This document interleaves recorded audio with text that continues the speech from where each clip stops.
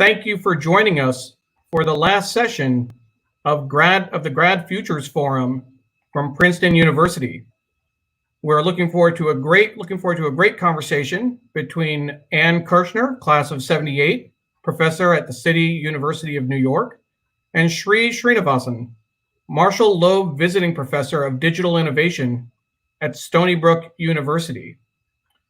It's been a great 3 days so far. We're going to hear a little bit of a recap of everything that's happened so far over the last 3 days. We're going to see a little video.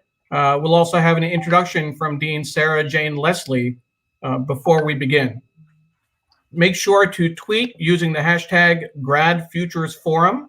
That's GradFuturesForum. You can also email gradfutures@princeton.edu.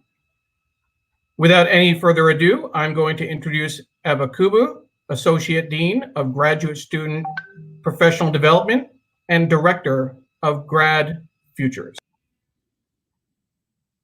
Thank you, Neil. Welcome to the closing keynote of the Grad Futures Forum hosted by Princeton University's Graduate School. We're delighted you could join us for this unique online event and for important conversations regarding graduate student professional development over these past 3 days. The forum was truly a collaborative effort involving so many campus partners who came together to shape 14 different sessions of content designed for and co-created by graduate students. Our PhD and master's students were at the very heart of the Grad Futures Forum. In these uncertain times for us all, we thank all of our many speakers and panelists who addressed students' questions and shared a combination of inspirational stories and pragmatic advice. We are so grateful for the outpouring of support from our graduate alumni and our broader Princeton community and university partners. Because of Princeton's mission in the service of the nation and humanity, we were also happy to welcome other higher education colleagues and their students to join in these important conversations as well. Thank you to everyone who participated in helping our graduate students gain clarity, confidence, and connections over these past few days. And now, Dean Sarah Jane Leslie will introduce our keynote speakers. Welcome, and thank you all for joining us for the closing keynote at the Grad Futures Forum. It has been an exciting and memorable 3 days where we engaged in important conversations about the future and forged deeper connections throughout the Princeton graduate community. I'm delighted to introduce Ann Kirschner and Sree Sreenivasan, who will have a conversation about the future of graduate education, the future of work, and the importance of professional development and exposure to diverse career paths. They'll share their thoughts on what we've learned and where we go from here. Ann Kirschner is a lecturer, author, and media and marketing pioneer in broadcast television, cable, satellite, and interactive media.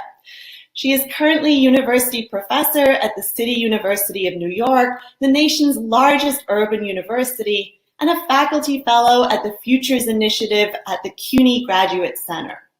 She was the Dean of Macaulay Honors College at CUNY and founding director of the Women in Technology and Entrepreneurship Initiative with Cornell Tech. A veteran of 4 startups, Ann launched the National Football League's NFL.com and co-founded Columbia University's interactive knowledge network, Fathom.com. Ann started out as a lecturer on Victorian literature at Princeton University and working as a freelance writer for CBS, the New York Times, and the Chronicle of Higher Education.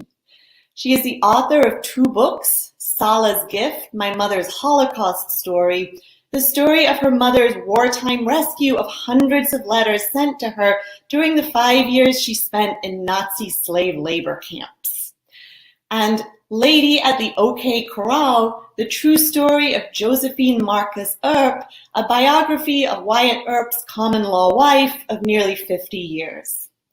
At Princeton, Ann has served in numerous volunteer capacities, including the Graduate School Leadership Council, the board of the Association of Princeton Graduate Alumni, the English Department's Advisory Council, and the Alumni Council's Executive Committee.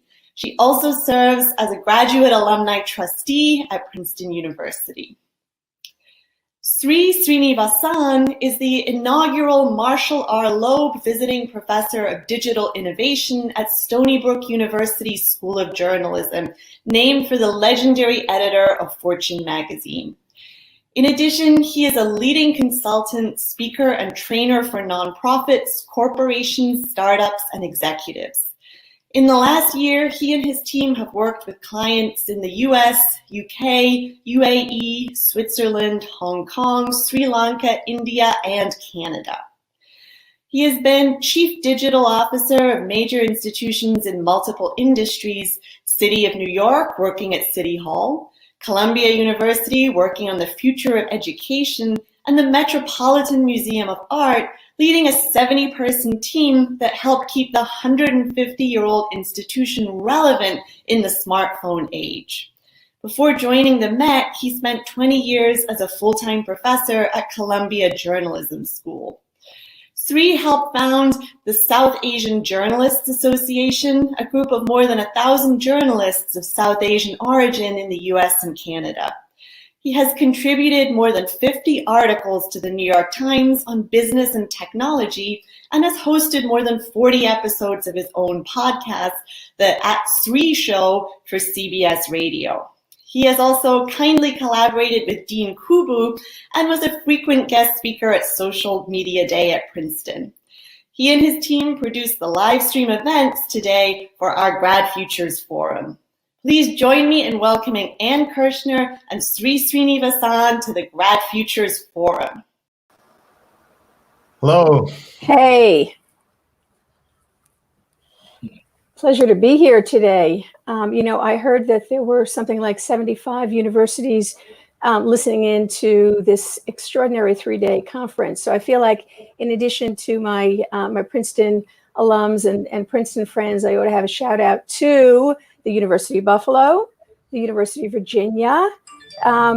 Fantastic. And I hope that there have been some CUNY participants here as well. And it's been great to see this global conversation that we've been having, and such a pleasure to be with you always. And thank you so much for your time and bringing us all together like this. I'm trying to do my part wearing tiger orange. I'm not sure it's the exact Pantone shade. It's a great. I think you've got the Pantone down, and I hope nobody from Princeton outs me for not wearing orange today. All right, but you have shown what a wonderful alum you are in every other way, even if you're not wearing the right shade today. Let's talk a little bit about what you've seen and heard so far. How do you feel now, 3 days of this conversation and so much learning? So much learning. I've been dipping in and out of a lot of the sessions for the last couple of days, and I kept wishing that Ann Kirschner of the English department at Princeton, way back in 1978, could be hearing some of this, because it's been practical and just so useful and so wonderful to hear all the fantastic things that Princeton grad alums are doing out in the world. So I think the information's been just great. And I know we're going to take lots of questions that are coming in via social. I hope everyone follows at Princeton Grad, where you'll see a good record of what happened these 3 days, and we'll also be able to share out into the world. Let's get more people into this conversation. I've been following Grad Futures Forum as a way to keep track of everything. But first, I want to just hear from you, Ann, your story, because I don't think in the history of the world, the words Victorian literature, Wyatt Earp, and the NFL have been said together in an introduction. By the way, what an amazing introduction by the dean. And she's been so welcoming of all of us and thinking about this new world we live in. Yeah, I mean, Dean Sarah Jane Leslie is an extraordinary leader. And I think this conference is really the evidence of that, to understand the priority of finding meaningful, wonderful careers for graduate students after they leave graduate school. That is a fantastic priority for Dean Leslie to have designated. And it's not just lip service. I mean, that's really what this conference has been about, as well as the other 362 days of the year. This is something that Princeton really, really cares about. So So it's something that many of us have thought is really important, especially in these days when one questions, why get a PhD in English or in the social sciences. So I think this is an extraordinary day. And we're certainly seeing just in your career how you've managed to go from that PhD in English. You've been able to use that in so many different arenas, including startups, including other universities. And so it's been fascinating for me to kind of follow that. If you could just talk a little bit about how you're doing, how you're feeling. We've been in 50 days of lockdown in New York, as if people are watching this live. Tell us about, what these 50 days have been like for you. Well, these 50 days have been unlike any other days. And I guess, I didn't really answer your question about my so-called career. There's kind of a thread that connects the two, which is life is full of unexpected twists and turns. And you can either be someone who plants your feet on the ground and says, no, I don't want to change. I don't want things to be different. Or you can swallow hard and say, I may not have sought this change. I may not even think this is a good change. But it's what the world has declared, and we have to figure out a way to navigate it. I like to think that the most important thing that my years of education, not only Princeton, but the world before Princeton, I like to think that what that education did for me was to give me the confidence and the skills to navigate the unknown, to figure out what the new normal is going to be, and then to try and make it as meaningful, not only for me, but for the people around me and the community that I'm part of. So New York is a strange place these days. I wake up in the morning here on the Upper West Side and I hear birds. I don't believe I ever heard birds in all the decades I've lived here.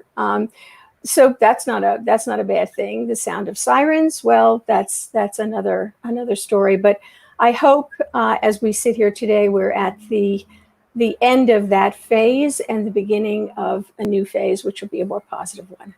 Yeah, the soundtrack of the city is now those sirens. New York has always had sirens, police sirens, fire department, fire engine sounds, but this is something different. And that urgent, piercing sound that comes from those ambulances is heartbreaking. Yeah, it's like a very familiar soundscape where one by one the threads have been taken away, and then suddenly you're left with, for instance, the birds. I guess they were there all along, but without all that foregrounding, you really didn't hear it. I have to say that New York, I've always been very attached to the city, and even during the years that I was a graduate student at Princeton, I lived in both places, in New York and in Princeton, and I like to think that I was extraordinarily fortunate and privileged to have had the experience of both. Well, let's talk a little bit about the two campuses that you're now most closely associated with. Princeton, of course, where you're a trustee, and CUNY. Tell us about the experience of being a professor at CUNY. What are you saying to your students now as you connect with them, and what's that turbulence that we're all going through? Well, it's interesting. At CUNY, I've taught a course on the future of higher education, and then I taught another course on the future of work. This semester, I actually have not been teaching. I've been working as an advisor to the newly named chancellor at CUNY. And I've gotten emails and in one case, even a handwritten note from my students who were in the Future of Work course and in the Future of Higher Education course saying, wow, the trends that we were looking at, the trends of globalization and shifts in technology and artificial intelligence, changing demographics, all of these things that we thought about. What really has happened in the crisis around COVID is that they've been so greatly accelerated. We thought the world was moving faster. Now it's moving even faster. And I think that's one of the themes that came across in the wonderful conversations during the Grad Futures Forum, is that part of what graduate students have to be ready to do is to understand those winds of change, and then figure out how their experiences can help make those changes positive ones, both for them and for the world. And I think that we will see so much innovation come out of this. We want to mention another campus you're associated with, where we first met at Columbia. You were leading the charge in a pioneering way to think about distance education, online education, and in many ways, you were ahead of the technology, right? The technology wasn't there, but this idea that we can learn, study, gain insight, connect with the world was what you were working on at fathom.com. And we have seen since then that lots of places are resistant, but when there is any turbulence or chaos or crisis like this, that's when new opportunities spring up. Absolutely. You've seen how campuses that weren't particularly involved in distance learning have had to embrace it in a hurry, while others that have been doing it for ages simply expanded their activities. The world knows a whole lot more about Zoom these days than it did before. But of course, Zoom and live video conferences are just a very, very small piece of what remote digital education really has to offer. And I've been talking to Princeton students about some of their experiences on Zoom, which have mostly been positive. The fact of the matter is that as we think ahead to campus life after COVID, I hope there'll be more awareness of how the digital dimensions of learning can work hand in glove with residential learning and amplify it, not replace it, not be better than it. It's not online versus residential. It's how do these two things really work together? All right. So now I'm going to pin you down on the story of that English Lit degree, that PhD in Victorian literature. How does that get you into the world and what you did? Amazing, because we have so many people who are watching now would say, I'd like to have that career. It doesn't have to be the same career, but that kind of path, that kind of trajectory. Talk about that, please, a little bit. Well, first of all, when you're on an interview, graduate students out there, and someone says, what do you want to be 5 years from now or 10 years from now? Don't be embarrassed if you have to make up an answer to that, because the fact of the matter is none of us really plan our careers. And it's one of the first things that I really try to explain to both undergraduates and graduates as they're thinking about careers. They're not linear. It's not that you put your foot on the ladder and then you just keep going. It's not like that at all. What it's much more like is you're a rock climber and you have to knock in that pinion and pull yourself up, and then look around and see where the next step is going to be. So for me, when I graduated with a PhD in English, there were no jobs. I know you're graduating into a terrible job market, maybe the worst job market the country has ever seen, and I feel your pain. I have to tell you that graduating into cold job markets is something that many of us have experienced in the past. For me, it was a question of whether taking an academic job was more important to me than anything else. And again, for me, the answer was no. I prize every minute I spent in graduate study. I am grateful for what I've learned and experienced. But I also knew that there were other kinds of careers I might pursue, other kinds of jobs I might pursue that could be satisfying in other ways. And so I answered an ad in the New York Times for I think the ad was for a writer in cable television.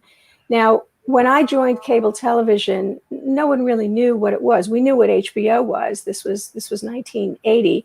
And that's actually, if I can isolate a couple of tips as we go along this conversation, that's tip number one. Look at industry sectors or areas of the economy that are relatively new, where nobody's going to have any particular track record. You couldn't be an expert in cable television in 1980 because nobody was an expert in cable television in 1980. And so they were hungry for talent.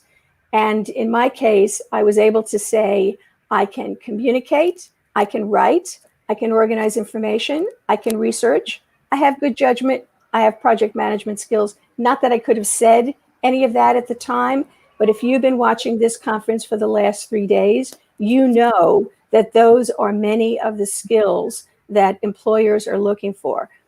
If you watched, I think it was the first day of the conference, and you can watch it on rerun, Matthew Siegelman from Burning Glass did a brilliant job at laying out what the skills are that you've learned in graduate school. But with that, I was able to talk my way into my first job, and that's how I ended up making the most important and the biggest leap of all, which was the leap from the academic world to the business world. And tell us about how that went, and what were the next steps there? I didn't hear. It was interesting. I was listening for this over the last couple of days, and I think I could maybe deepen the question of culture and what the culture of the business world is like. And of course, it's different in different businesses. I think that was kind of the biggest shock. What do you mean they don't read Trollope? What do you mean they don't love the films of Truffaut or whatever it was that I thought was, the most important thing in the world to me? And I think I also entered the business world with a very narrow view of what intelligence is and the difference between being intelligent and being intellectual. So it took a little while before I found my footing. What I immediately discovered when I shifted into cable television was that I had an unreasonable love of novelty, of change, of things that were new and different. And I didn't understand that meant technology, but increasingly in my career, that did mean technology. Maybe it's a character flaw, but when I see something done in a different way from the way it's ever been done before, I get excited. I think that's really wonderful. Just even the way this conference has been done and broadcasting on multiple channels and being able to take questions from people who are sitting at home all over the world. I think that's really exciting.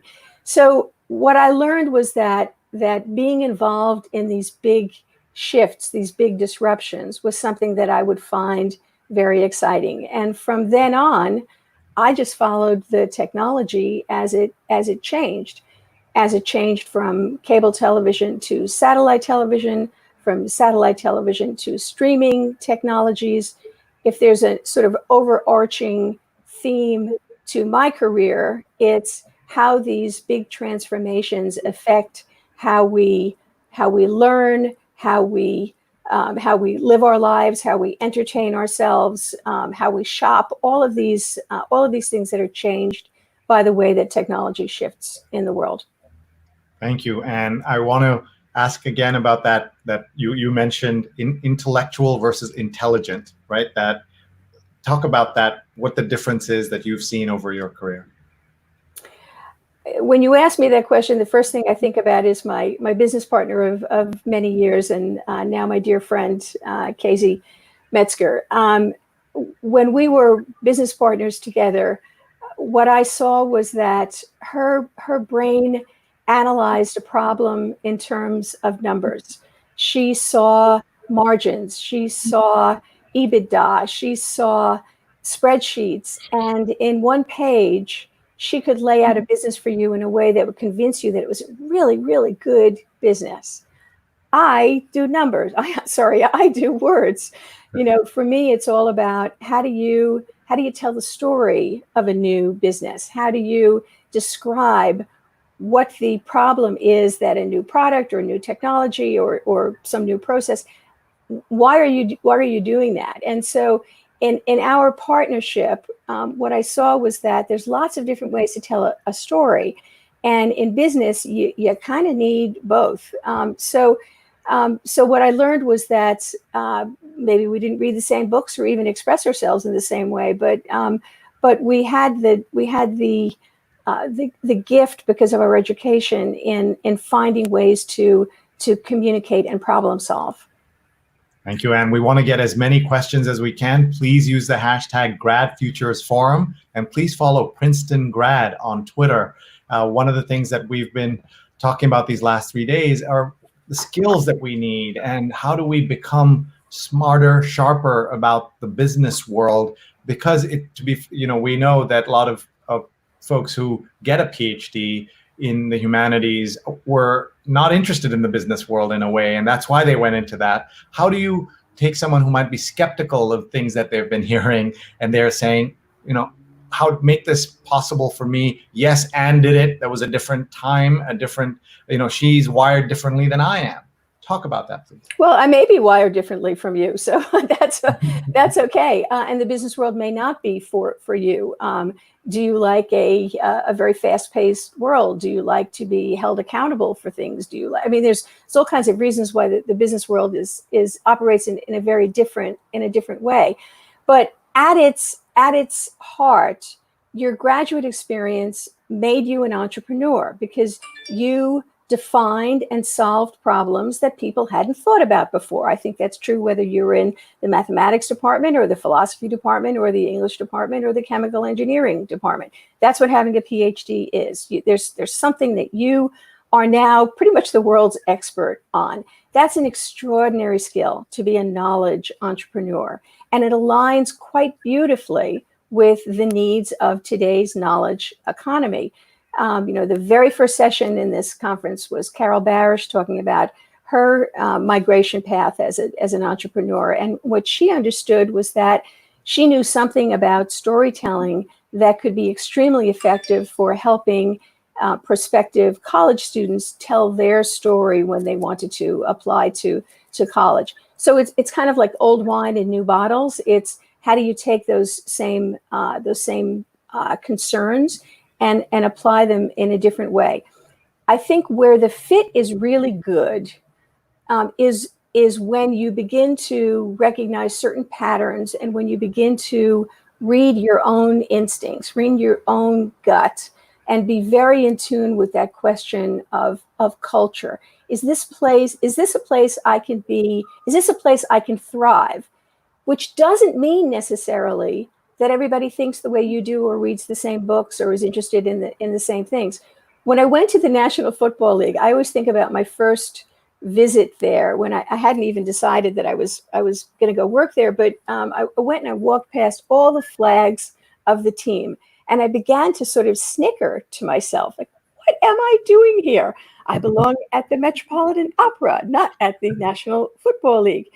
But when I began to understand the magic of live sports, the excitement of being associated with a brand like the National Football League, and also how useful I could be because I didn't think the same way that they did, because I came from a different world. And I think one of the reasons I was able to be the person who put the NFL on the internet, which I guess is what will be on my tombstone, is that the people who worked there sort of treated it like, sacred text. Well, you've got broadcast, and that's the most important thing, and you don't mess with the actual live game. Well, I wanted to take cameras and put them right on the field and have a live broadcast on the internet, and that was 1995. I don't know if I would have had the courage to see outside the bubble of the NFL if I would have grown up in that culture. So if you're an outsider, that can be a huge advantage if you really think about it. Thank you. We're getting questions and comments from around the world. Let's go to our first question. Bill Westcott, PhD 85, emails to ask Ann. I have long admired your leadership in e-learning. What does the post-COVID future for e-learning look like for corporate, university, and K-12 markets? And what are the opportunities for Princeton entrepreneurs? Whoa, that is a big question. I was just watching Michael Crow, who was my friend and advisor when we ran Fathom at Columbia and is now the president of Arizona State University. announcing that Arizona State was going to be on campus for the fall. And so he and I were pioneers in e-learning together. I think that what the world has seen for the last couple of months is the power of quality online education. That there's no one path to learning. It depends on your time constraints, your budget, your goals. There's lots of different ways to get an education. So I think online learning and telemedicine, those are the two things I would think of, that those two things have had a global exposure as excellent modalities suited not only to the COVID crisis, but to the world after the COVID crisis. So I think there's huge growth opportunities there. I would encourage graduate students who are here at Princeton to find ways to get involved with digital learning, because whether you stay in academics or whether you leave academics and go into the business world, using digital technology, digital tools to problem solve, to communicate, to teach, to learn, are extraordinarily important. You know, if you're, for instance, a physician, you're already taking lots of professional certifications online. My husband recently went through this. He's a neurologist. He recently went through this for doctors who were being asked to prescribe marijuana. Can I say that? I guess I can say that. It's legal to prescribe marijuana. Well, he didn't go to a class in California or even downtown New York. He took the learning online. Whether you're a doctor, a dentist, a real estate professional, or a financial services person, you already know that online learning is going to be part of your repertoire. So I would encourage you, while you're at Princeton, to find ways to bring that dimension into your own world of learning. It's great advice. We've got questions coming in from everywhere. Let's look at a question here from Amy. How can graduate students help their home departments become more open and responsive to the changing job market? She takes a deep sigh, a deep sigh. Some departments have already made that shift in their mind, and others, and I'm not going to name names, find it more difficult. And really, can you blame them? Faculty members and university administrators spend their whole world inside of their whole life is inside the extraordinarily wonderful world of academics. And so to think that someone would spend 6 years, 5 years, 7 years taking a PhD and then, going off to do something else may at first seem difficult.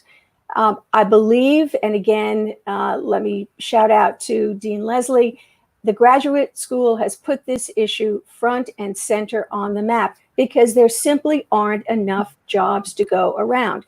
And before we get too upset about that, really, for me to be in a meeting, this once happened to me in a board meeting where there was a very difficult question of CEO succession that we were discussing, and lots of personality issues, and it was a real psychodrama. Oh, I said, this is just like King Lear. Well, I had a couple of people look at me blankly, and don't you know it? For the next 5 minutes, I shrunk the story of King Lear down to comic book size, and realized that everything I know about succession and the psychology of leadership transitions actually comes from King Lear. Well, is that a bad thing? No, it's an absolutely wonderful thing. And so for Princeton to be sending us out into the wider business realm or the wider professional realm with these wonderful touchstones for knowledge, in my case, coming from literature and from literary history, not that there's absolutely nothing wrong with that. And I think it's good work for Princeton to be doing. And it's something that you will prize for the rest of your career, wherever it brings you. It's good to know what you know. That's amazing that you got to talk about King Lear in an environment where they only know Lear jets, right? So being able to make And we've also Good seen, one. creativity and change comes during crises. And we've read about what Shakespeare was able to do during the plagues and the quarantine that happened in England at the time. And we're going to see that now also, aren't we? Where there's going to be so many new things, developments, new opportunities in healthcare, in education. And those are places, just two of them, and where Princeton grads who have got their grad school degree can play a role. We've got questions coming in. Here's one about international relations. In a world with many borders temporarily closed, what is your advice for international students, both current and incoming ones? Thank you, Ann Kirschner, for sharing your wisdom.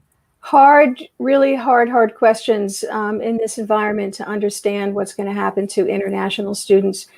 I think the best thing I can say is that as a trustee, there have been many moments that I've been very proud of Princeton. I've been very proud of the stand that President Eisgruber and his team have taken on DACA students, and also very proud of how they have protected graduate students, particularly international students. As you know, we had the extraordinary saga of our graduate student who was imprisoned for several years and then released in no small part due to the effort of Princeton. So I can't say that I've got the magic wand that will either bring you back home or completely surround you with next steps while you're here.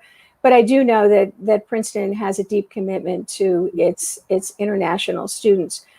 The wonderful thing about the faculty, one of the many wonderful things about the faculty at Princeton and about the whole ethos of Princeton is that it is very global in its perspective. And so you won't be alone in thinking through how to create the bridge from your time here at Princeton to the time when you do leave Princeton.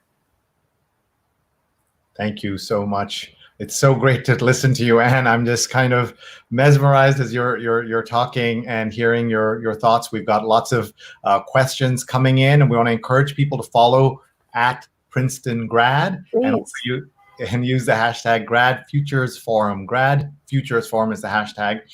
Here's a question that's come in via email, and a PhD student at Princeton University, James, asks, do you have any advice for students who have recently left the business world for academia, and in particular for the humanities? How should one use the experience to stand out among academia's increasingly crowded environs? And as you think about that, I also want to note for everybody that you went from your PhD program, you ended up at the NFL and doing all kinds of things, and you were on the kind of the administrative side at Columbia, but then you went on to lead the honors college at CUNY and became a full professor. So you were able to come in and out, which is not very common for people. It's kind of like your career and mine, Sree. It's kind of like, double helix, coming in and out from these different sectors. I went back. I never thought I would run a traditional college, but in the course of running Fathom, I became acquainted with the then Chancellor of CUNY, Matthew Goldstein, and when they were looking for someone to run the college, he said, "Oh, you've got a PhD." By the way, in 25 years in business, maybe it was closer to 30 years in business, almost nobody knew I had a PhD in English because it sort of didn't seem directly relevant. I wasn't hiding it, but it rarely came up. I'm a New Yorker. I was a first generation college student. My mother was a Holocaust survivor. Every wonderful thing that ever happened to me in life was really because of education. And so I jumped at the thought of working with students whose background really was very similar to mine. So that's how I ended up running Macaulay Honors College at the City University of New York.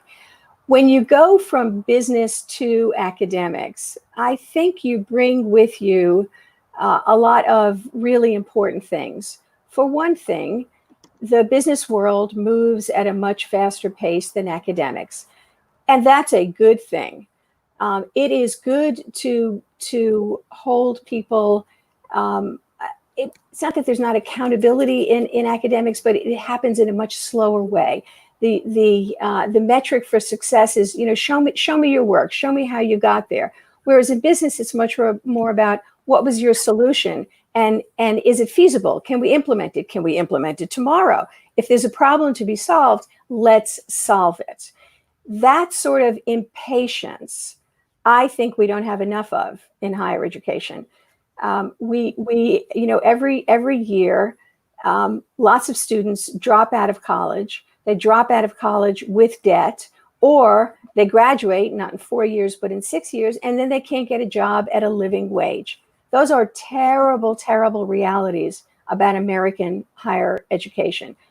We should be impatient about that. We should be angry about that. And we should be forcing ourselves to think about what sort of solutions can we implement. So when you go back into academics from the business world, you bring a little bit of that, sort of impatience and maybe a little bit of cockiness, like, well, I don't know why you guys haven't dealt with this, but now's the time. We really should deal with it. And a certain, along with that pace comes a certain interdisciplinary way of thinking about problem solving. We don't solve problems outside of the academy in a disciplinary sort of way. We solve them with teams, and we solve them with delegation of authority and figuring out how great people can come together to work hard towards a common goal. That is very much the sort of collaborative spirit of the best business places that I've ever worked. And I think it's, again, a very, very good thing for academics to have. And I'm not saying it doesn't exist in academics, but it's more rare and something I think that's very beneficial. Thank you, Ann. And I know you threatened to ask me some questions in a little bit, but before that, we have a comment via email from Professor Catherine, Professor of English, who writes, when I started the process of learning about diverse careers for humanities, grad students, I focused mostly on the terrible job market, but lately I've been more focused on the terrible losses to the public good caused by the underemployment of humanities PhDs out in the world. How do we help the public sectors, business, government, etc., see the value of highly trained humanities students in the world? And I would also add that part of it is students themselves need to see their value. Exactly. And they need to be able to sell themselves so that people know. And that's that two parts of it and that's what this forum is all about. And that's what Grad Futures is all about. And I've been so impressed by what has come together, not just these 3 days, but this concept of Grad Futures. So if you want to respond to the professor. The more people take their humanities skills into the public sector, into the private sector, the more those sectors will understand the value of what we bring. So we can explain all day long what our skills are, but it's putting those skills to work in different ways that will really make the case. The opposite side of that is that the departments themselves have to get away from the sense that there's some failure here, that there's some loss here. There's no loss here. If there were enough teaching jobs to go around and everybody had their first choice of what they were going to do, that'd be fine, but that isn't the case. So how do you take those skills and that experience and put it to work in new and important ways, and not transmit that sense of a failure, because there is absolutely no failure here. Thank you. And I'm trying to find ways so that you don't ask me a question by reading from other people. Here's a wonderful question from George Mason University. Kathy asks via email, I'd be interested in hearing the panelists talk about how graduate schools should balance something really important, offering graduate students paid opportunities to teach with offering them paid opportunities to develop other skills, given that an increasing number of PhDs will have careers outside of academia. I'm beginning to see signs of that as graduate students make the decision earlier on in their career to look at employment outside of the academy and begin to apply for internships. and summer jobs outside of academics. That is the most important thing that they can do to begin to get some work experience, so that when they're sitting across from an employer, it's not just an abstract idea that they might work in an office, but they've actually worked in an office and they've worked on a couple of projects. There's lots of ways to try and get those kinds of work experience.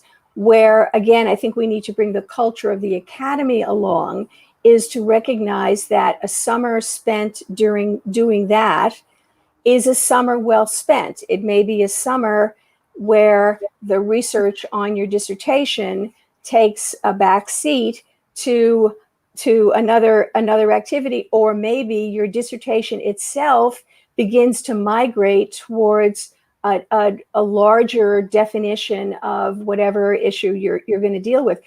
I often think about my last year at Princeton, which was the first year that I saw data being transmitted over phone lines, and I also saw a word processor for the first time. And those two things just electrified me. I thought it was so interesting. Of course, I didn't know enough then, but what if I'd gone back to the English department and said, computers and data and literature, there's kind of like an interesting fit there. And what if, instead of doing my dissertation on the orphans of Victorian fiction, which is what I did my dissertation on, it's in Firestone, or no, it was shipped off someplace, but you can find the card alluding to it in Firestone. What if, instead of doing that, what if I did a concordance, a digital concordance to George Eliot? Wouldn't that be cool? Subsequently, actually, somebody's gone off to do that. But I guess what I'm suggesting, and it's only a little bit subversive, is while you're at Princeton, can you find ways to knit your work to some of those other interesting threads? And how do you get there? Make sure that you're reading lots of interesting things every day, and maybe you'll find yourself particularly interested in this aspect of technology or media or pharma or whatever it is. But then begin to find ways to build those bridges while you're still in graduate school. Absolutely. I think the idea of doing things while you're in grad school is really important beyond just what you're asked to do in the curriculum. And one of the things I've been saying, and you've heard me say this, Ann, so many times, these 50 days, work on something.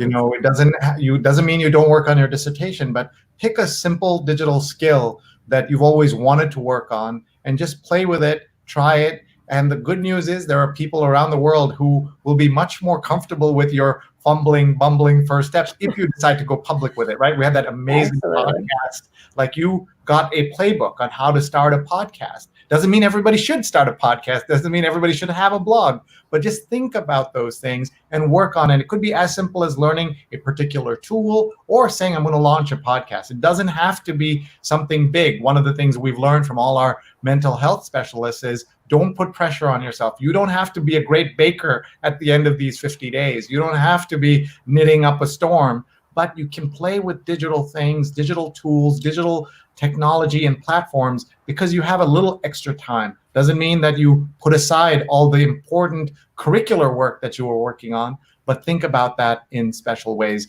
Wait. No. I'm going to ask you a question because I know you're trying to weasel out of it, but I'm going to ask you a question because I don't actually even know the story. What was the catalyst for your leaving Columbia, and what were the steps that you took? And when you look back, do you think you stayed about the right amount of time, too long? How does that feel when you think about that transition? I like how you did that. Thank you, Ann. So I was 20 years a professor at Columbia Journalism School, and I started in a terrible job market at Columbia. If you remember, It's the Economy, Stupid, in 1992. That was the headline, and we thought there wouldn't be any jobs. So I took a job at Columbia as a professor. And by the way, on a side note, if we thought of how bad job markets have been, 92, the dot-com crash, 9/11, or even 2008. I was listening to one of my guests on my daily program on this saying this is the biggest turmoil in American history since the Civil War.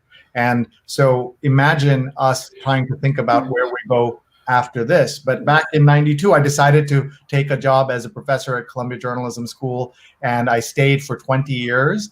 And this was when, as you know, the academy was changing. E-learning was coming in, and so I became the chief digital officer of Columbia University. And then I got a call from the Metropolitan Museum of Art to become the chief digital officer working at the Met. And it was an amazing opportunity. And I did, I thought really long and hard about leaving Columbia, leaving the friends, family, everything I knew I had gotten from Columbia, including, and thinking about, I had very young twins then who are now 17, but thinking about, the tuition benefits that come from an academic job at great institutions like Columbia and at Princeton. And I took a chance and went to the Met because I wanted to make the Met more relevant in the digital age and think about where we go from here. And it was an amazing experience, but I will also say to all our viewers that I lost that job in a very public way because of financial difficulties. And it tells you something about the digital professional world, even in nonprofits, that you could do everything they ask you. You could deliver on every single, what they call KPI, key performance indicator, which, by the way, maybe a term is new to some of our viewers here, but you could do all of that and they could still say, we're doing budget cuts. And how you then bounce back from that. Our lives, I like to say there used to be a kind of ladder or an escalator in American life, and then it became a roller coaster. And that's before COVID-19. So now it's even more important for us to have more skills, more ability to share and connect and understand this. And what you said about cable television in 1980 is the internet today, because nobody knows where this is going. There's no playbook. And you as a student, you as an academic, you can help figure that out for your department. You can help figure that out for businesses, nonprofits. And that's the thing that I don't think we've talked enough about, that nonprofits need the skills of PhDs. It doesn't have to be, you have to be a corporate sellout selling soap, right? You could be doing absolutely meaningful work that changes the world, improves the world on a daily basis if you go into government, you go into the nonprofit sector. Yeah, boy, are those skills necessary. I heard the phrase the other day, paycheck with purpose. I kind of like it. I'm going to borrow that. We have a lot of questions coming in, Ann, and we have just a few minutes, so let's see. Great. A question question for Ann. What are your biggest, boldest ideas for professional development for graduate students? My biggest, boldest ideas for professional development for graduate students. Okay, some of them I've mentioned. Figure out while you're at Princeton what kinds of things you can take advantage of. Take a course outside of your discipline completely. Learn R or Python or something on the ethics of AI or a certificate in who knows what. It almost doesn't matter, but find some way while you're at the university to go outside your comfort zone. A second thing is adopt a sector, a job. Cybersecurity. Take a deep dive into cybersecurity. Spend a couple of weeks understanding the vocabulary, the issues, the challenges, the companies who are leading, whatever. You find it boring, fine. Drop cybersecurity and go pick up telemedicine. Just begin to understand how each of those different areas have shared challenges, have vocabulary, have job descriptions. Read job descriptions. Just begin to exercise your understanding of what you know versus what you think an employer might know. Follow Matt Siegelman. Understand the research of burning glass. I personally spend a lot of time on LinkedIn. I find it very provocative for lots of different reasons. You might consider just using social media in a very positive way for experimenting with new areas. and then embark on a series of networking activities. We haven't talked about networking. There is nothing more powerful than finding somebody, and your network through graduate school and through undergraduate school is a very powerful tool that you've been given. Go and talk to people. Just listen. Everybody loves to talk about themselves. Ask them, how did they get their job? What do they love about it? What other kinds of things did they consider? What advice do they give people who are starting out in their profession? Those conversations will be the single most important professional development activity that you can have. Keep a diary while you're doing it. Keep a blog. And I want to second using LinkedIn more. Practice, get in there, use it. And I also want to point out that, you know, these companies that change the world in Silicon Valley, almost some of the biggest ones certainly were started by PhD students, right? In terms of they were using computer science, and they saw that there are ways in which they could connect with the world. I want to read this quote from this tweet from Susan Coltman, who says, "Final day of Grad Futures Forum. Thank you to the organizers and all the panelists for their great advice and wealth of support. Hashtag Princeton Tiger for Life." I know you're a Princeton Tiger for life. And we have, look at these stats that have, well, first we want to look at Jonah Aguirre has a tweet here. Ann Kirschner, what is your one piece of advice you wish you knew as you transitioned outside of academia? Thank you for your work helping students at CUNY. I wish I knew that everything was going to be fine. I wish I knew that life would be long and full, and that I would find a way to support my family and have fun. I wish I knew that fun was okay, that it was okay for me to demand a certain amount of stimulation and enjoyment out of work. I heard recently about someone who spent 5 years trying to get a tenure track appointment and finally got it, had to move, 500 miles away from where she wanted to. And she was happy. And I thought to myself, that's great. I didn't have the stamina for that because I guess I wanted to have a different kind of life. And there's nothing wrong with staying the course, but make sure that you're staying the course for the right reasons, not because you're afraid that you're not good enough. You are good enough. You are good enough. And there's a wonderful set of activities ahead of you. I wish I'd known that way back when. You are good enough. I love that. We should have that made into t-shirts. I want to tell you, Ann, that we have more than 20 students who have, we're looking at some stats here. This is looking at the stats of people who were tweeting and sharing. You can see that we had 734,000 in terms of reach. That's the number of people who use that hashtag and their followers, which is pretty cool. Also want to tell you, Ann, that we've had more than 20 people watching from other university campuses at CUNY, at the University of Buffalo. Isn't that UVA? Isn't that great? Yeah, that's great. Yahoo. Yeah, and let me. And by the way, Yahoo was one of those organizations that started by PhD students. That's and right. Here are some of the buzzwords that people are using during these days, and you can see PhD live. I think that people really understood that we were live in these conferences, and then thinking about recovery. And I think that's really important for folks as they're looking at this. And then also want to show you the hashtags that were used with Grad Futures Forum, with a PhD, Grad Futures, COVID-19, podcast, entrepreneurship, podcasting, virtual Princeton U. What do you think of as you look at all of these as a university trustee? What are you thinking about as you're hearing these? I think we're about to release an army of talent upon the world who are going to take that Princeton education and put it to the service of humanity. I love that. I love that. Thank you so much for your energy. Thank you for sharing so much for all of us. Thank you for being such a great leader in academia and outside, and being a mentor to so many of us. One final thought before you go. Tell us if you were today, starting out, and you were just finishing up your PhD at Princeton, what are the things that you would be looking for? What are the opportunities? You've covered this sort of, but I'm putting it to you directly. What are the things you'd be looking at and trying to say, okay, this is interesting to me now?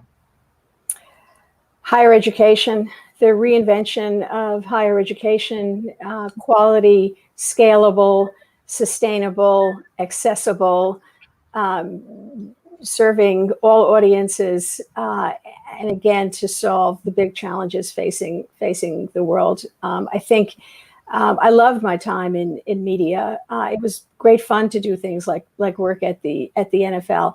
The most satisfying issues I've ever focused on have been around higher education and the future of work, because the future of work is the future of education.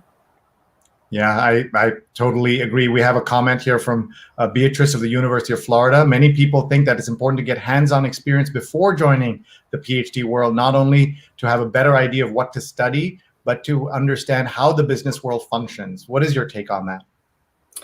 My take on that is that there's no perfect way. Some people do it before they go for a PhD. Some people do it after. For me, coming out of college, the transition to graduate school was a very natural one. I loved the continuity of it, and it was also wonderful then to complete that chapter of my life and then start my career in the business world. It's like asking the question about when it's good to have children. The fact of the matter is, you just sort of someday decide you're gonna do it, and what's right for one may not be right for another. So good luck with whichever way you choose.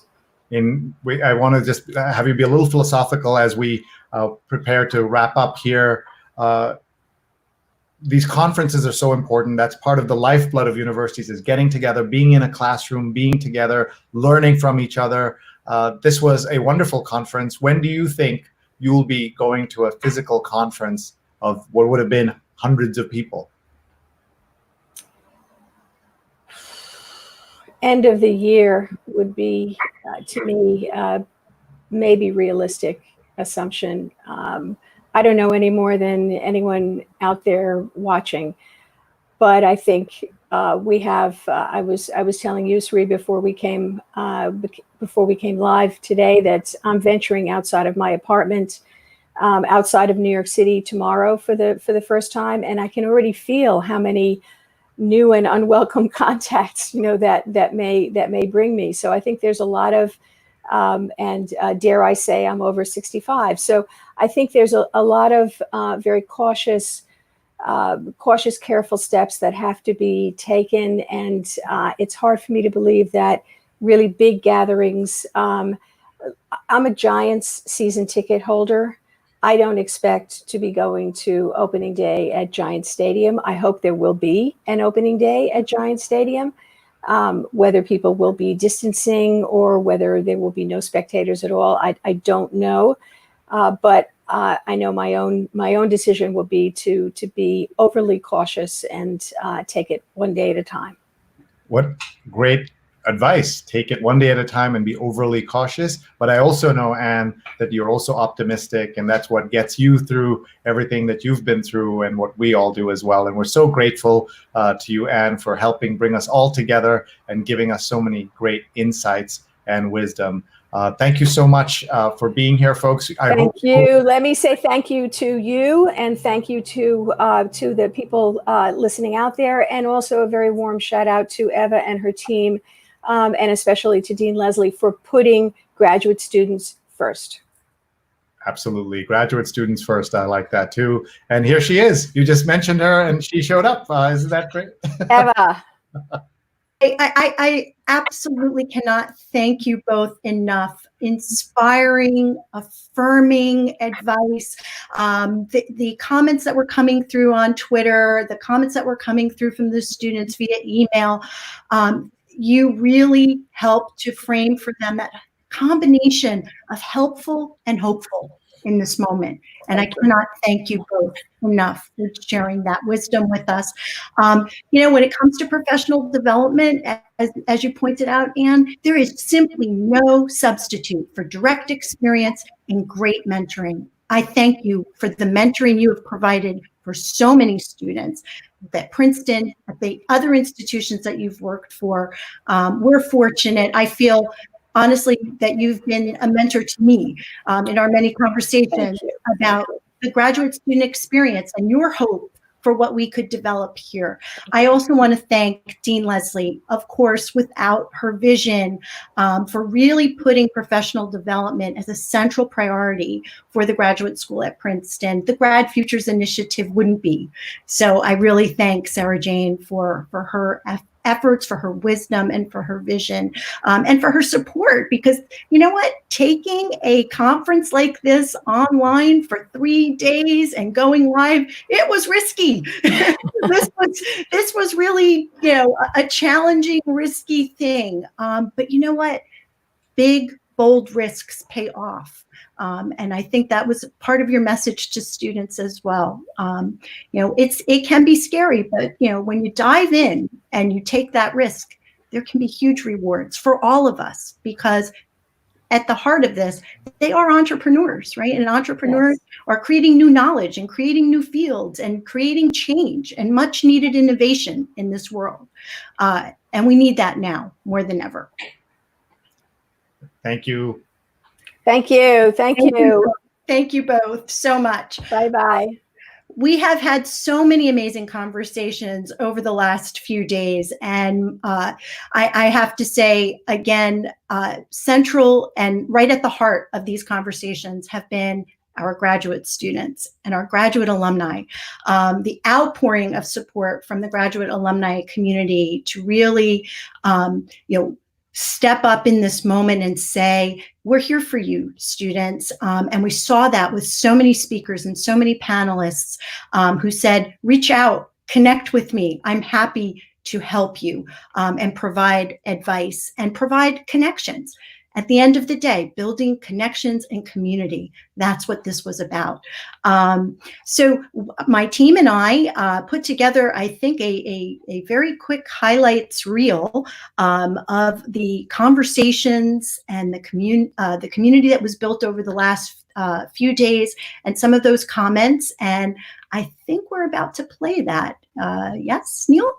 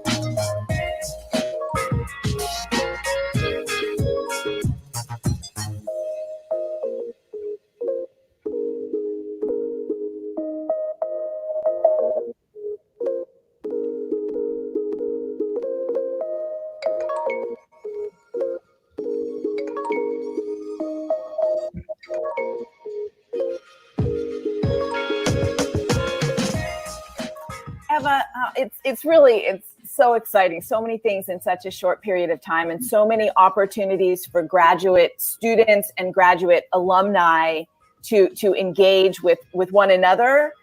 The more that your resume can tell a story that's specific to the field that you're seeking entry into, the more successful it will be.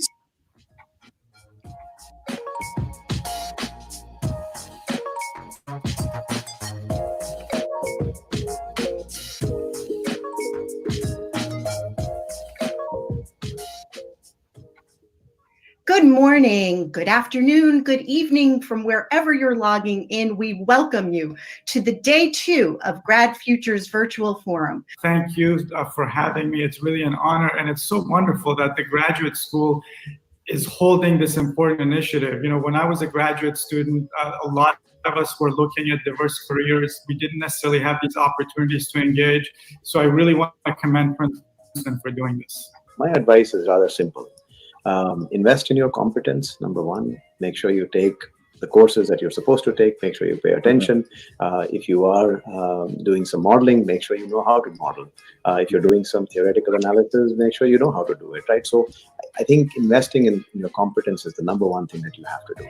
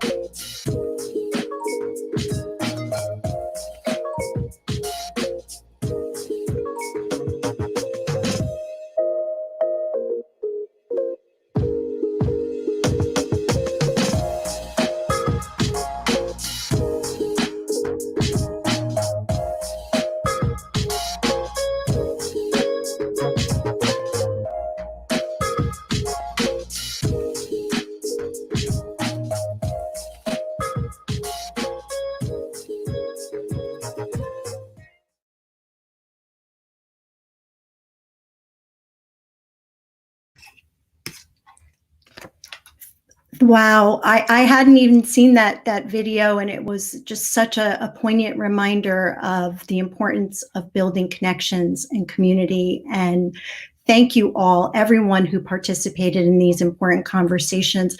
I would also like to sincerely thank my colleagues, my team, the Grad Futures team, Amy Pizolkowski, James Van Wyk, Joel Bogus, and Francine Henry. But I would also like to say that our professional development associates, our graduate students, have been at the very heart of co-creating the Grad Futures Forum. And I'd like them to take center stage and take a bow. I'd like to call Yujo and Sarah and Leon and Sophie as they're coming onto the screen. Yes, Amy and James as well. Okay, the gang's all here. These folks have worked so many long hours, and they were behind the scenes. Annabelle, I guess, can't join us or wasn't able to join us on the screen, but all of the students that were involved as volunteers and through our Professional Development Associates program, they really helped these presentations and these sessions, and they help to really also show leadership to other graduate students, to inspire them to engage with Grad Futures and with the professional development team. And for that, we thank you. I see Francine Henry, she is our graphic designer, so all of the amazing graphics and visuals were Francine's artistry. Thank you, absolutely. And where is James Van Wyk? Take me off the screen and bring James Van Wyk back up. Mm-hmm.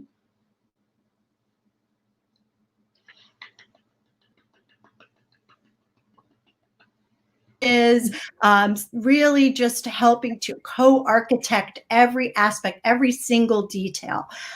Thank you all. I want the students to take a bow. Our professional development graduate students at Princeton, please take a bow.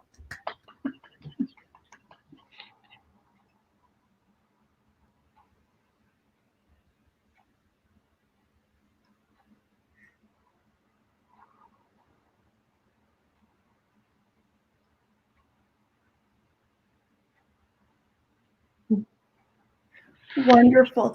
Thank you all. Thank you everyone for tuning in.